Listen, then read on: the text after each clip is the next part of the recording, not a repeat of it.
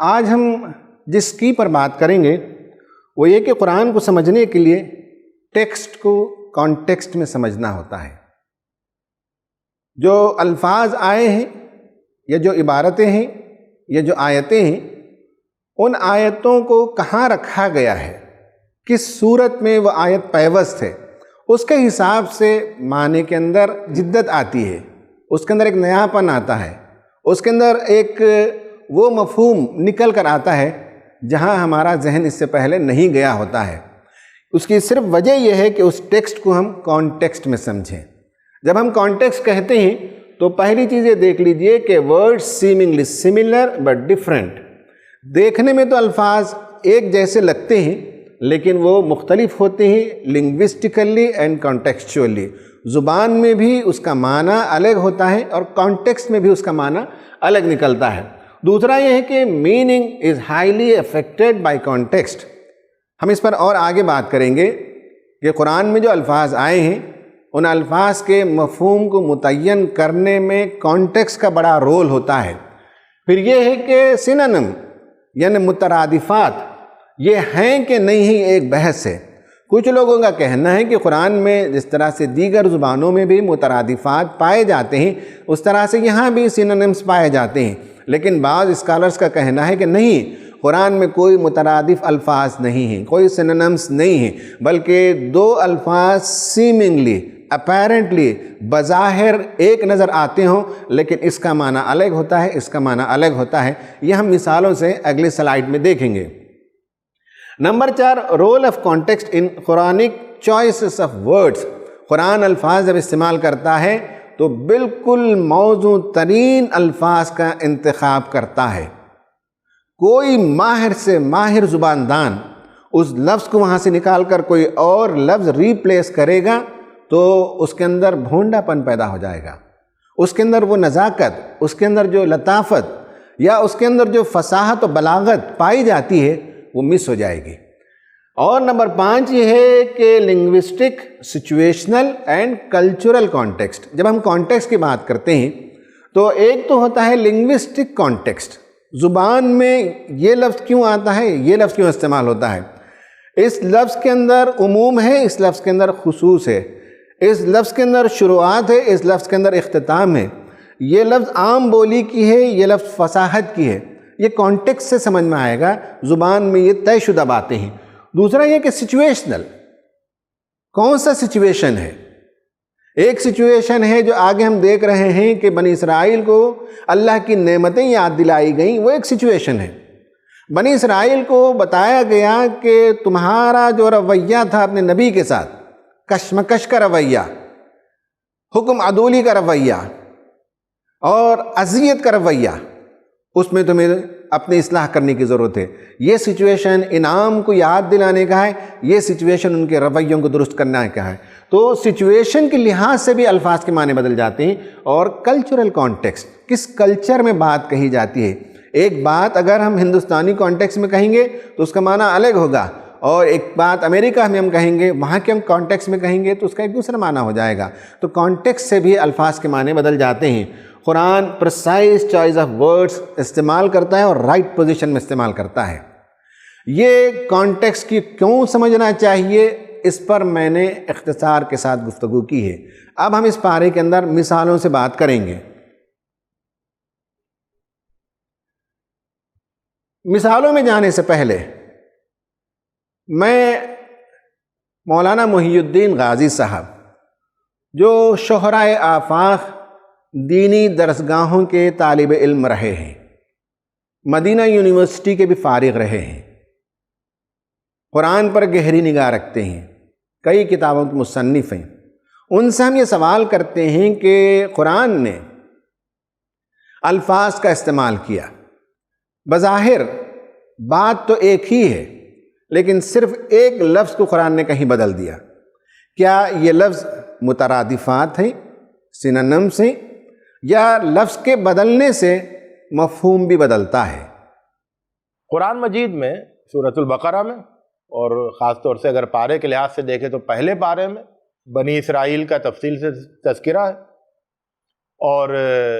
پھر سورہ اعراف میں یعنی قرآن مجید کے 9ویں پارے میں بھی بنی اسرائیل کا تذکرہ ہے، اور حضرت موسیٰ علیہ السلام کا بنی اسرائیل سے مکالمہ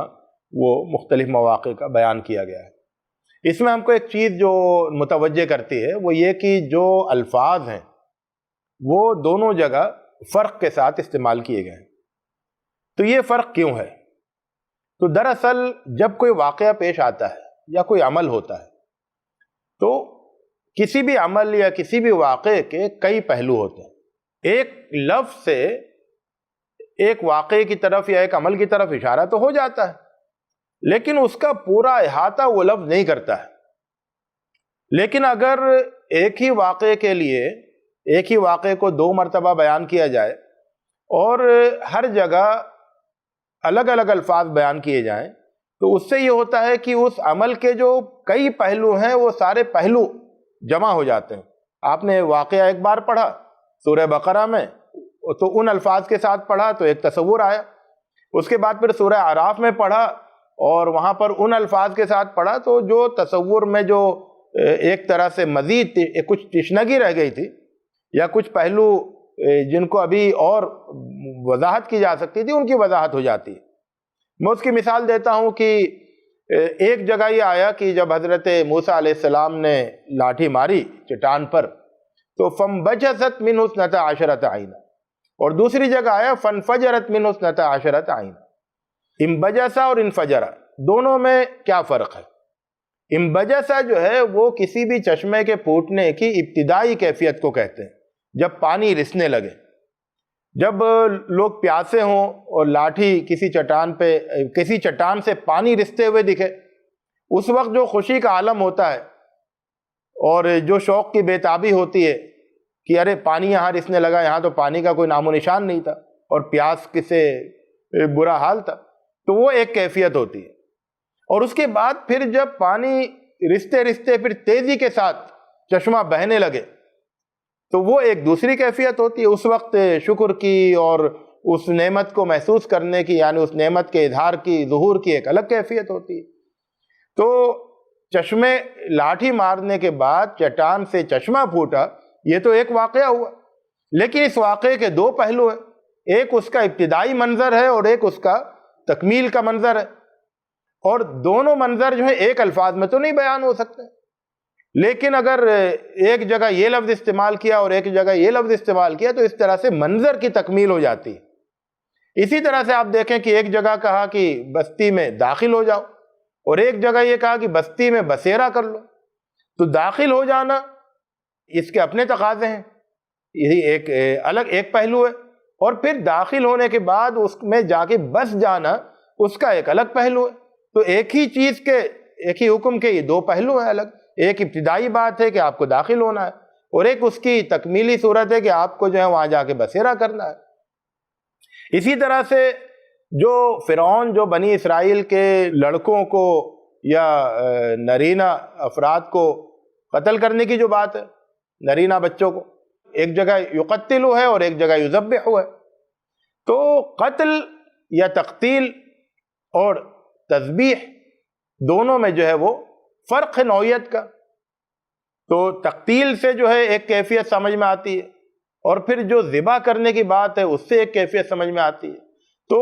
ایک ہی واقعہ جو قتل کا ہے اس کی جو 2 پہلو ہیں وہ دونوں پہلو ہمارے سامنے آ جاتے ہیں۔ تو ایک واقعے کو 2 مرتبہ بیان کر کے اس میں الفاظ کا فرق دے کر آپ اس کے میں ہونے والے واقعات اور اعمال کے ابتدائی اور انتہائی اور اس کے مختلف جو ڈائمنشن ہوتے ہیں ان سب کو سمجھ لیتے ہیں۔ تو یہ ایک بہت یعنی قرآن مجید کی بلاغت کا ایک بہت ہی اہم پہلو ہے، اور اس پہلو سے بھی قرآن مجید کی مختلف آیتوں کا مطالعہ کیا جا سکتا ہے۔ تو اس میں ہمارے سامنے بہت ہی مسرت بخش اور حیرت انگیز پہلو ہمارے سامنے آئیں گے، اور قرآن مجید کی بلاغت کے بہت عمدہ نمونے ہمیں دیکھنے کو ملیں گے، سمجھنے کو ملیں گے۔ ناظرین، آپ نے غازی صاحب سے سنا،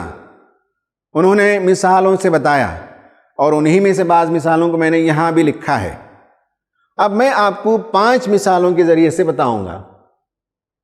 نمبر 1 یہ ہے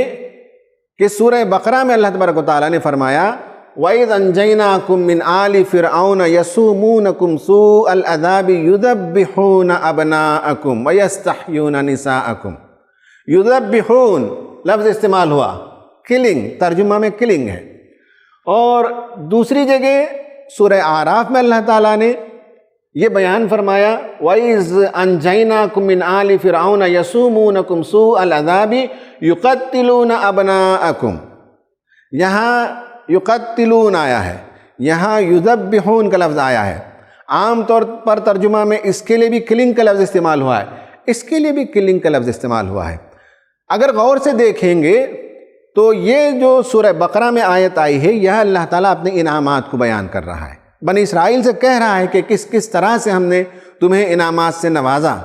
اب تمہیں چاہیے شکر گزاری میں کہ محمد صلی اللہ علیہ وسلم پر ایمان لائیں اور ان پر جو کتاب بھیجی جا رہی ہے اسے قبول کریں۔ اس پس منظر میں انہیں بتایا گیا کہ دیکھو اللہ تعالیٰ نے تمہیں کیسے نجات دی۔ فرعون وہ تھا جو تمہارے ہاں پیدا ہونے والے بچوں کو ذبح کر دیتا تھا۔ اب چونکہ انعامات کا بیان ہے تو ذبح ایک سیکنڈ کا معاملہ ہوتا ہے، ایک مختصر عمل ہوتا ہے، کلنگ ہی ہے، موت ہی ہے اس میں، لیکن یہ کہ انعامات کے بیان میں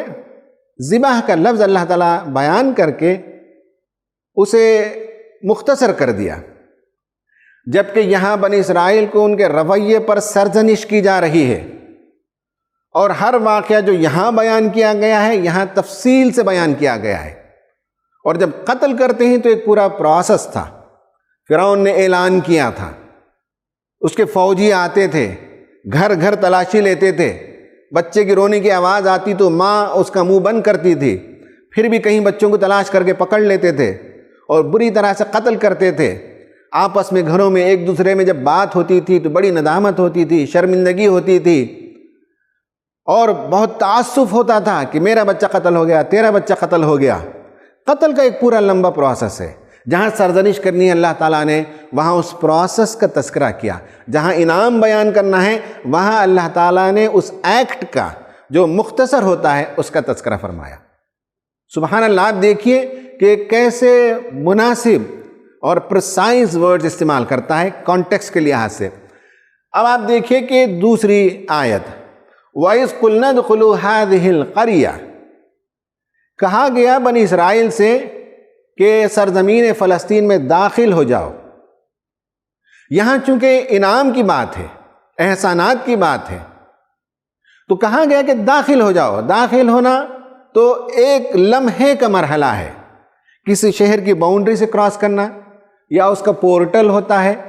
یا اس کا بارڈر ہوتا ہے، اس بارڈر سے کراس کرنا ہوتا ہے۔ لیکن یہاں اللہ تبارک و تعالیٰ نے فرمایا وَإِذْ قِيلَ لَهُمُ اسْكُنُوا هَٰذِهِ الْقَرْيَةَ، سکونت اختیار کرنا، پڑاؤ ڈالنا، ایک لمبا پروسیس ہے۔ گاؤں میں تو داخل ہو گئے، یہ انعام کا پس منظر ہے، اور یہاں انہیں جو سرزنش کرنی ہے، انہیں تنبیہ کرنی ہے، انہیں اپنے غلط رویوں سے متوجہ کرنا ہے، وہاں بتایا کہ کتنا لمبا پروسیس تھا۔ پہلے تو تم داخل ہوئے فلسطین میں، تمہیں کوئی زرخیز زمین نہیں ملی، پہاڑوں پر تمہیں قیام کرنا پڑا، پانی کے ذخائر وہاں موجود نہیں تھے،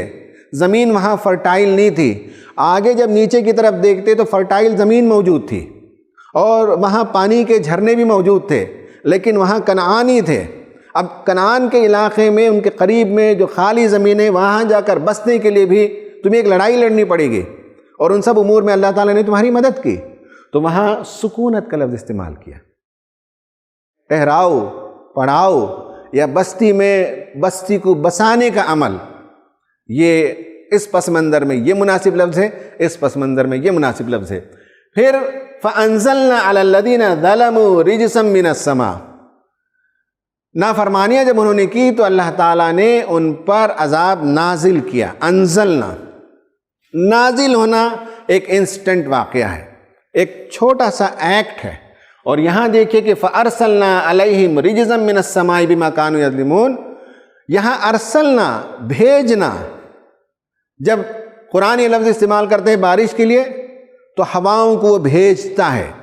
ہوائیں دن بھر چلتی ہیں، اس کے نتیجے میں درخت جھولنے لگتے ہیں، ٹہنیاں گرنے لگتی ہیں، ٹریفک جام ہونے لگتا ہے، پھر بادل گھر کر آتے ہیں، پھر بارش ہونے لگتی ہے۔ جب ارسلنا کہتے ہیں تو ایک لمبا پروسیس ہے، ایک بڑا کام ہے، اس کے سارے ڈیٹیلز کو بیان کرنا ہوتا ہے۔ انزلنا جو ہے نازل کرنا ایک انسٹنٹ ایکٹ ہوتا ہے۔ یہاں انعام بیان کرنے کے لیے اللہ تعالیٰ نے کہا کہ ہم نے تم پر بہت کچھ انعامات کیے، تمہاری نافرمانی ہوئی تو ہم نے تمہیں سزا دی اور ہم نے سزا نازل کی، اور یہاں کہا کہ سزا کو ہم نے بھیجا۔ پھر آپ دیکھیں کہ ایک اور لفظ ہے فَانْفَجَرَتْ مِنْهُ اثْنَتَا عَشَرَةَ عَيْنًا۔ حضرت موسیٰ علیہ السلام وادی سینا میں اپنی قوم کو لے کر گئے، وہاں پانی کی ضرورت تھی، تو اللہ تبارک و تعالیٰ نے فرمایا وَإِذِ اسْتَسْقَىٰ مُوسَىٰ لِقَوْمِهِ فَقُلْ نَضْرِبْ بِعَصَاكَ الْحَجَرَ، ماریے اپنے عصا کو چٹان پر مارنے کے نتیجے میں پانی گش آؤٹ ہونے لگا۔ یہاں انعام کے پس منظر میں پانی کا ابلنا، پانی کا زور سے بہنا، یہ تذکرہ ملتا ہے، اور یہاں لفظ استعمال ہوا فَانْبَجَسَتْ مِنْهُ اثْنَتَا عَشَرَةَ عَيْنًا۔ یہاں پروسیس ہے، یہاں انفجار ہے، پھٹنا ہے، زوردار پانی کا نکلنا ہے۔ یہاں انبجاس کا لفظ استعمال ہوا، فَانْبَجَسَتْ کا استعمال ہوا، یعنی چھوٹی سی جو ہے سوراخ سے پانی کا نکلنا شروع ہوتا ہے چٹانوں میں، پھر کئی سوراخوں سے پانی آنے کے بعد ایک نہر کی شکل وہ اختیار کرتی ہے، پھر اس کے بعد جب ڈاؤن اسٹریم میں آتے ہیں تو پانی گش آؤٹ ہونے لگتا ہے۔ یہاں بھی ترجمہ لوگوں نے گشنگ کیا، یہاں بھی ترجمہ لوگوں نے گشنگ کیا، لیکن یہاں یہ ہے کہ انعام کے بیان میں پانی کی زیادہ مقدار کو بتایا گیا، یہاں پروسیس کو بتایا گیا کہ کس طرح سے پانی رستے ہوئے دھیرے دھیرے دھاروں کی شکل میں نکل کر وہ نہر بن گئی، اور اس کے بعد اس کا فلو تیز ہونے لگا۔ آپ دیکھ سکتے ہیں کہ قرآن نے کانٹیکسٹ کے لحاظ سے الفاظ کو کیسے استعمال کیا۔ پھر اس کے بعد ایک آخری مثال ہم دے رہے ہیں، وَإِذْ أَخَذْنَا مِيثَاقَكُمْ وَرَفَعْنَا فَوْقَكُمُ الطُّورَ۔ اللہ تبارک و تعالیٰ نے اپنے انعامات کا اور اپنے احسانات کا تذکرہ کرتے ہوئے کہا کہ ہم نے موسیٰ علیہ السلام کو بلایا تھا، وہاں تختیاں دی تھیں کوہ طور میں، اور اس وقت تم میں سے بعض لوگوں نے اصرار کیا اور کہا کہ لَن نُؤْمِنَ لَكَ حَتَّى نَرَى اللَّهَ جَهْرًا، ہم نہیں مانیں گے جب تک کہ ہم اپنی کھلی آنکھوں سے اللہ تعالیٰ کو نہ دیکھ لیں۔ پھر حضرت موسیٰ علیہ السلام نے ان میں سے لیڈرز کو منتخب کیا، 40 لوگوں کو لے کر گئے، وہاں ان سے جب عہد لیا گیا تو ایک تو طور جب کہا تو بہت بڑا ہے، یعنی وہ ماؤنٹین رینج ہے، کافی بڑا سلسلہ ہے، اور ورفعنا اٹھانا، پہاڑ کو اٹھا کر ان سے عہد لیا گیا تھا، بتایا گیا تھا کہ اللہ تعالیٰ کی قدرت کے ساتھ کھلواڑ نہیں کرنا چاہیے، تم اس سے عہد کر رہے ہو، کوئی معمولی ہستی نہیں ہے۔ تو وہاں اس پس منظر میں، انعام کے پس منظر میں اس کی ہیبت اور پہاڑ کے وسعت کو بھی بیان کیا، اور اٹھانے کے عمل کو چھوٹا عمل، مختصر عمل، انسٹنٹ عمل کر کے دکھایا۔ اور یہاں دیکھیے کہ وَإِذْ نَتَقْنَا الْجَبَلَ فَوْقَهُمْ، یہاں طور استعمال ہوا یا جبل استعمال ہوا۔ طور ماؤنٹین رینج ہے، اور جبل ماؤنٹین کو کہتے ہیں، جس ماؤنٹین پر، جس پہاڑ پر حضرت موسیٰ علیہ السلام گئے وہ ایک چھوٹا سا پہاڑ ہے اور رینج بڑا ہے۔ اب یہ ہے کہ اس میں کہا گیا کہ نتقنا، معلق کرنا، لٹکا کر رکھنا، ہینگنگ رکھنا، اٹس اے لانگر پروسیس، یعنی انہوں نے خدا تعالیٰ سے عہد کیا، 40 لوگ گئے، اللہ تعالیٰ سے مکالمہ ہوا، اللہ تعالیٰ نے عہد لیا، اس عہد کے پورے دوران میں اللہ تعالیٰ نے چٹان کو ان کے اوپر معلق رکھا، وہاں سرزنش کرنے کے لیے، ان کے رویے کو درست کرنے کے لیے، موسیٰ علیہ السلام کے ساتھ ان کا جو معاملہ تھا اس معاملے کو بتانے کے لیے کہ تمہارا رویہ ہمیشہ اذیت کر رہا ہے، تمہیں اصلاح کرنے کی ضرورت ہے۔ یہاں